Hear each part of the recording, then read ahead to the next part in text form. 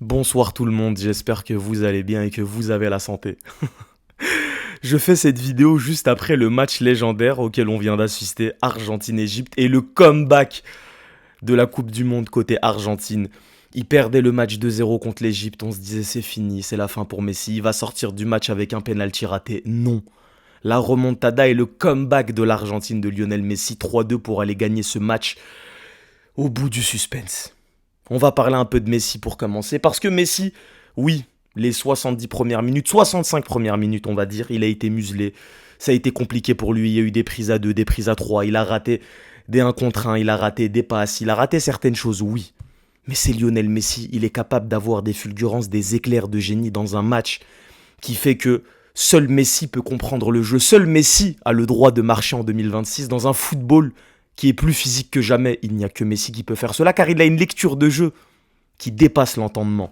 Messi qui marque un but et délivre une passe décisive. Si je me trompe pas et que les stats sont bonnes, premièrement, Messi devient le meilleur passeur de l'histoire de la Coupe du Monde. Secondement, Messi, en mettant son but contre l'Égypte, devient meilleur buteur de cette Coupe du Monde à 8 buts, mais vient d'égaler la meilleure campagne au XXIe siècle, bien sûr. La campagne d'un meilleur buteur, en gros des meilleurs buteurs. Les meilleurs buteurs au XXIe siècle sur une campagne sont R9 et Mbappé, les deux sont à 8 buts, ex aequo, c'est la meilleure campagne on va dire, d'un attaquant. Messi vient de l'égaliser à 39 ans. Mais où va-t-il s'arrêter s'il vous plaît? Quand vous le voyez jouer, il n'y a que l'aspect physique où on a des doutes, on se dit ok Messi par moment tu sens que voilà, il a moins le coup de rein d'avant, tu sens que voilà sur certaines feintes il a du mal à démarrer, mais sur le côté technique c'est abusé. Sa qualité de passe est toujours présente, sa qualité de finition est toujours là. Même dans sa qualité de dribble, il est capable d'aller 1, 2, 3 joueurs. J'ai pris des notes du match. Je crois que c'est à la 82e, Messi qui fait un slalom entre deux trois joueurs égyptiens, qui fait un centre pour Lautaro, qui la rate. L'Égypte peut sortir avec énormément de regrets. Si on refait du début du match en fin de match, l'Égypte qui a accepté un pressing très haut de l'Argentine, mais qui avait une ressortie qui était complètement magnifique. Techniquement, ils étaient hyper propres, les Égyptiens. Ils étaient très entreprenants, ils étaient très durs, très physiques. Ils ont compris comment jouer contre l'Argentine. Le Cap-Vert leur a montré la voie, ils ont su aller sur cette voie-là pendant 70 minutes. Ils ont été entreprenants. But de Yasser, de mémoire, à la 14e minute. Lautaro Martinez. Lisandro Martinez qui perd son duel. Emiliano Martinez qui a l'air perdu. Même lui, il fait un déplacement. Vous regardez un peu sur sa droite. Il n'est pas vraiment au centre de sa cage parce qu'il pensait que le ballon allait sortir. Yasser qui marque. Aux alentours de la 19e minute, Enzo Fernandez qui fait une magnifique passe pour Tagliafico. Messi qui va pour tirer son penalty. Il ne regarde même pas le gardien. Il la rate, il a l'air abattu. On dirait qu'il sentait quelque chose, il se disait est-ce que je vais sortir sur ça? Est-ce que ça? Messi, c'est son deuxième penalty qu'il rate dans cette Coupe du Monde. Il en a quand même raté pas mal en Coupe du Monde. On se disait ok, c'est Messi. C'est 90 minutes, peut-être qu'il peut rater son penalty, mais même contre l'Autriche, rappelez-vous quand il rate son penalty, il rebondit vite sur la première période. L'arrêt du gardien. Mais au-delà de son arrêt, le match que fait le gardien de l'Égypte, il ne faudra pas l'oublier. Les 3 buts qu'il prend, oui, sont malheureux pour lui parce que lui fait une top performance. Le bloc égyptien a tenu pendant je ne sais combien de temps. Le rush solitaire à un moment d'Hassan sur la seconde période. La ligne défensive à la 56e minute. Le bloc égyptien, on se disait, il pouvait le faire. Le 2-0 aux alentours de la 58e minute, mais qui est signalé faute. Il y avait qui a signalé pour une faute, pardonnez-moi, sur Lisandro Martinez.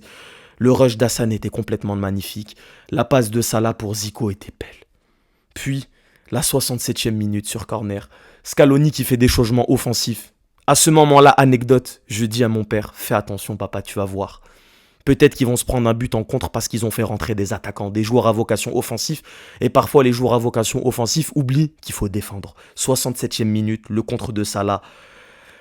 Hassan qui sert Zico de la meilleure des manières en 1 contre 1 qui élimine le défenseur argentin. But. On se dit à 2-0 aux alentours de la 75e. Ça y est, c'est la fin pour Messi. Il va sortir l'Argentine, pas de back-to-back. Et là, le centre de Messi à la 78e pour le but de Romero, magnifique. Le match est relancé pendant 2-3 minutes. On voit que l'Argentine presse très haut, pardon. On voit que l'Argentine a encore plus d'envie. L'Argentine est enragée. Et à la 82e minute, Messi qui apparaît dans un cafouillage et qui te met une sorte de demi-reprise de volée. Le gardien a peine le temps de la toucher. Il l'emmène vers la barre. Ça rentre. C'est Lionel Messi.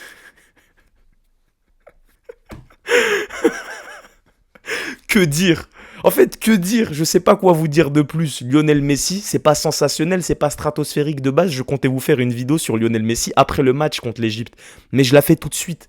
Ce joueur est incroyable, ce joueur est spécial, ce joueur est unique. On ne reverra plus jamais un Lionel Messi.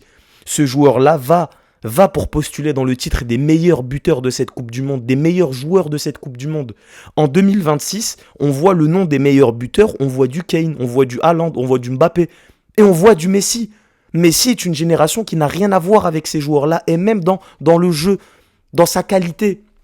On voit que Messi, comme je vous l'ai dit, juste sur l'aspect physique, oui, il a perdu certaines choses, ce qui est complètement normal avec l'âge. Mais sa qualité technique est toujours là.